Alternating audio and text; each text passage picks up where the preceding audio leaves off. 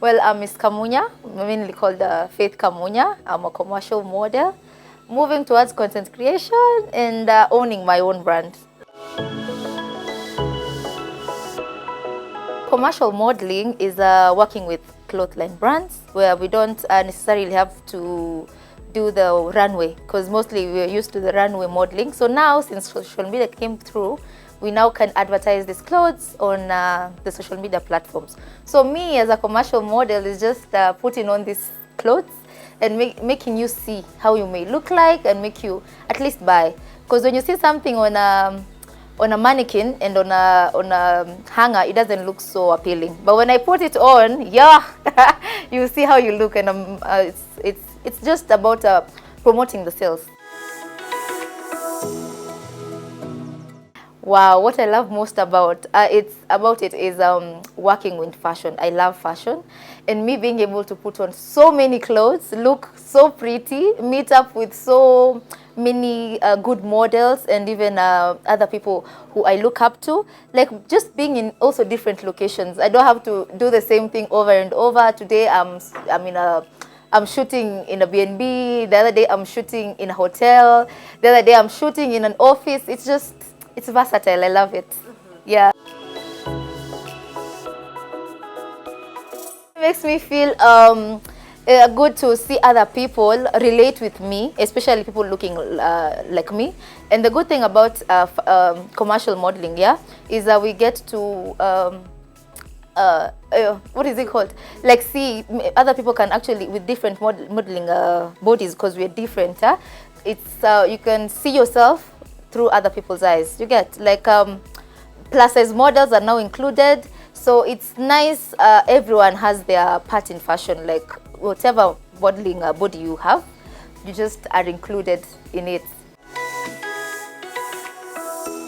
So mostly, I love wearing the suits. I fell in love with suits actually. Like one of my brands, Levazi, they introduced me to suits, and I just loved suits. But I also do dresses, official dresses, and also casual dresses for the kawaida lady, like the evening and weekend outwear. But mainly, I'm dealing in official and yeah, official mostly. That's what I love. Like we were used to the suits zile za kitambo where we were wearing a specific kind of suit. Like you didn't have sleeveless suits, and the normal working woman wasn't so fancy and all. But now with the current fashion, the suits are versatile. They are pretty. Yani, it gives you the class. The class, yeah, makes you feel like in an important working independent woman. It's just bringing that out. Yeah. I work with so many brands. I work with Levazi, that introduced me to suits, which I really love. I work with Forever Trendy, which mainly for accessories. So if you need accessories and all that, bags, shoes, I'm a shoe model too. Yeah, and I also work with Bria Styles, working with Miles Collections, Legacy Collections. I have so many brands, like over 10. Maybe I won't mention all of them, but they can catch me on my handles. Then they will see all the brands I work with. The kind of kid I was. I was the loud last-born kid. Born in a family of girls, mainly girls. I've been raised around my sisters and my mom. So it's been like, yeah, around being the last born, you try to steal your sister's clothes, unapatikana, like you just want to be like them. So that's when I was introduced to fashion, because my mom also used to sell the thrifted clothes. So I used to see her in different, like in Isikupenda, because she used to sell jackets, and I couldn't wear jackets, but I would steal my sister's clothes, yeah, and try to look pretty. And then the magazines, there was this magazine from Nakumat. There's where they used to have the fashion. My friend, I used to go borrow those magazines just to go through the page, see, and imagine, wow, maybe one day I'll look like this, but it didn't really, But I really loved looking nice and stealing my sister's clothes, yeah, definitely. But yeah, the loud kid, the shy noisemaker kid, but I was also very smart. So I used to get away with the noise making because I was smart. So I was a prefect in high school. It was that time where this democracy thing was introduced, where people had to vote for prefects. Yeah, we all know you have to go through the vetting with the teachers. But I was a prefect in high school. People loved me. I was that people's cop, you know, because I could relate with people, and I had a good rapport with the teachers too. Like I was good to them. I would, try to get new ways to enhance discipline, not really the harsh and what. I would listen to people, and they loved me and I loved them. And it was such a nice time being a prefect. So after high school, since high school, you're taught to be the A student, the B student, because the world out there was the 8 to 5. So me, I tried. Let me say I tried the 8 to 5 thing. So I went to Egerton University in Njoro. That's when I probably realized I love fashion, because that's when I was away and I would try on new things without people, judging me. I tried the fashion thing in Egerton, but it didn't really work, because Njoro is not quite like a city. It doesn't give that. They didn't even understand what fashion was at that time. But I tried in Egerton doing the marketing and all that. But then I really loved fashion. I was doing economics. Yeah, so then I moved to Nairobi. I thought maybe I can continue this thing. Well, I try to tell my people around me that I want to do fashion. Nairobi, you can go to school and still do something else. So yeah, I went to KCA University for my CPAs. That's when I tried now doing fashion. So, well, I didn't really finish my accounts, but we're still doing it. We're still doing it. But that's when I got brands to started working with the fashion. Yeah. So I'm trying to balance the work and the fashion. Yeah. When I was young, I had so many things I wanted to become. I wanted to become a pastor. Hi, Natasha. Yeah, I wanted to become a pastor, a lady pastor. And I also changed. I wanted to become a lawyer. I think that's why I love suits, yeah? I wanted to become a lawyer. And then since the math thing, I was so good in math and CRE, I thought I would maybe try the accounts. Yeah. So it's been a journey of changing careers, but here I am. My first gig was a free gig. I just wanted people to see what I can do. And I smiled. Let me tell you my smile. Yeah. It's a bestseller. So yeah, my smile and my height were things that I wanted people to relate to, because I was told, okay, smile, you make me smile back, But then that's one of the things that actually sells, the smile and the height. So my first gig was actually free, but then they didn't call me back because they thought I was too reserved. I was too, like I could just walk, showcase my outfits, and that was it. But then I realized that that's actually the thing that made me where I am, because I don't do the, yeah. So the reserved thing then now came through for the suits, because when you're in suits and in official attire, you don't really have to do much for the clothes to sell. Just showcase elegance and style and calmness. Fashion is now is now versatile. Yeah, we're trying to include all body sizes. So your body size doesn't really matter, but your confidence can show through in the clothes you wear. Nowadays we're doing videos. It's not like a while back when we used to just do pictures. Videos can tell. When someone sees you and they see you bold and confident in what they were wearing, it makes them feel like, yeah, I'd like to be such a woman in that dress. You get. So you don't really matter if you're light skin or not, because nowadays melanin is actually really selling. The plus size is really selling, because now we are an African. We have the African body types, yeah. So it's all inclusive, but the confidence that comes in, we need to. The main thing we're trying to do is sales. So let the client see, let the person behind the camera, behind the phone see. I really like how this dress comes through. Like just confidence.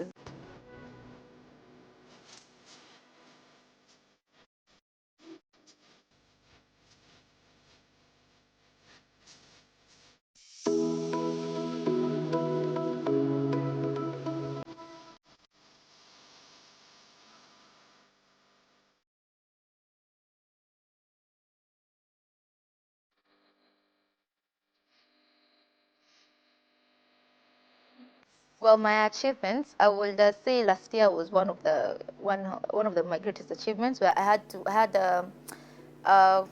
I had long-term contracts with the brands I'm working with. So at least I can say it's an improvement from when I started. When I said I started for free, and now being able to get a contract that's long-term, pays for your bills, and yeah. And also I was featured in three times in newspapers. I think I have the I have them framed at home. My mom made everyone buy them from where she was working. My grandparents have the newspapers. Yeah, that was one of the greatest achievements. Seeing that people actually like the work I'm doing, and I don't really have to show nudity. I was in full suits. It was such a nice thing, because models have been the thing that with people thinking about models is you have to show you have to show too much skin to make it. Well, that was I think a life-changing moment.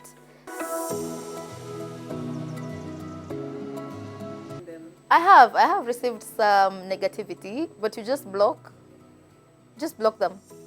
Because someone said you can't just be loved. You're not normal if you loved. You just loved. You have to get the other side of it too. So yeah, I have received some backlash once in a while, but you just block them, move on with your life, continue creating content for the people, for the audience that actually relates to you. You get?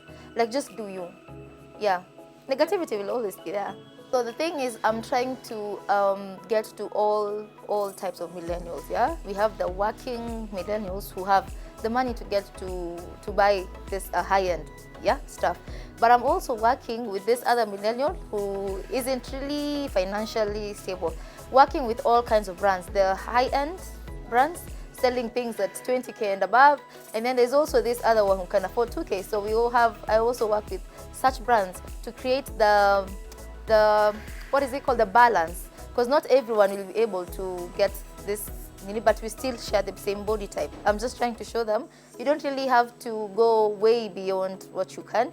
You want a high-end suit that doesn't look like anyone else, I got you from this brand. You want another outfit that really you don't have the money to, but I still got this other one. You have to like try create a balance for all audience.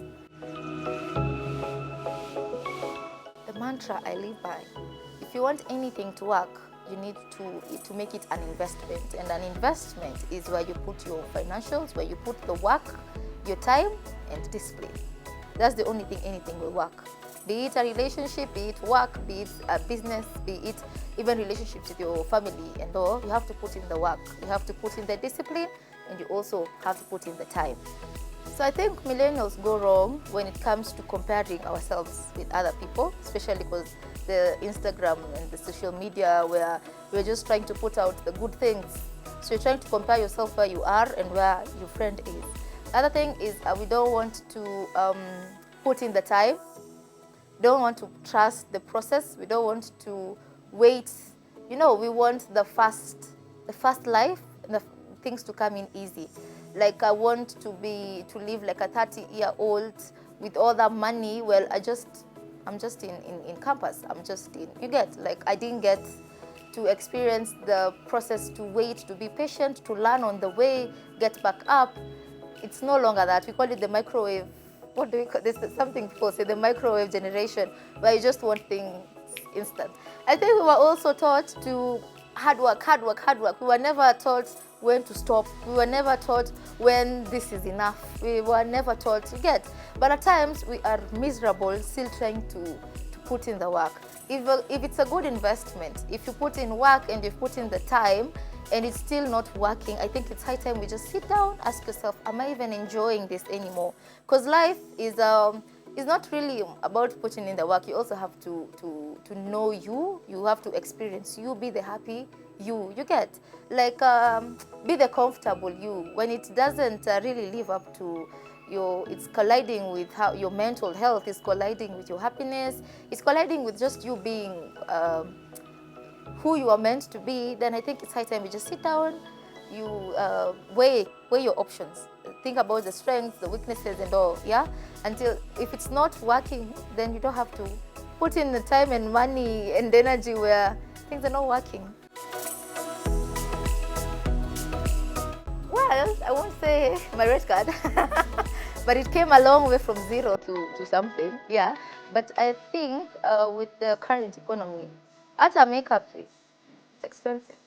It's also getting expensive. You know, you can't keep earning the same amount, while things like your transport to the place where you're working has also increased. But then I keep telling my people, to my other models, to increase their rate cards with the experience, because you're bringing something to the table. Make sure that this year and last year is not the same thing you are doing. Then the client is the client just has to sit down with you, get to a katikati, pale katikati, like meet in the middle. But you can't just wake up one day and be like, I'm changing my red card. Doesn't really make. Yeah, I've seen the AI thing. It's actually, yeah, going to put some of us out of work. But I love how Kenyans don't buy unless a model has put it on. They don't want, nowadays don't want to see the international models where they just screenshot and take it to your brand. They want to see an actual Kenyan who, with this, maybe the same body type, because there's cosmetic surgery and all that, which is not bad. But then with AI, I don't think it's going to. Anyway, yeah, let's just hope we're going to stay in work. Modeling is now becoming a thing, like a career for some people. So now we're getting so many people who want to do it. Some people even want to do it for free. Like I said, I began for free. So some people just want to do it for free. So it comes, because we have started all the way from down to where our credit cards are. So if someone is coming to offer the same thing for free, then that's going to be a challenge. Plus, I think another challenge is how people view models as. There's some I don't know. There's a difference between a slay queen and a model, guys. Well, some people we get to paid to put on these clothes, please. So I think people should start taking us more seriously and put up policies that are going to they're going to make our wages and our needs like let them see it's work like any other. So if you're a millennial, you also want to be a model, the advice that you should know why you want to be a model. Like what's the in thing for you? What do you want to achieve from this? Then keep your ethics up. Like when you show up in time, keep it professional. Don't keep the boundaries between, it can get messy, the line can get messy. And then I will advise that you keep updating the portfolio. Everyone needs a portfolio. Let everyone know what you're doing, what you can bring to the table, and yeah, save.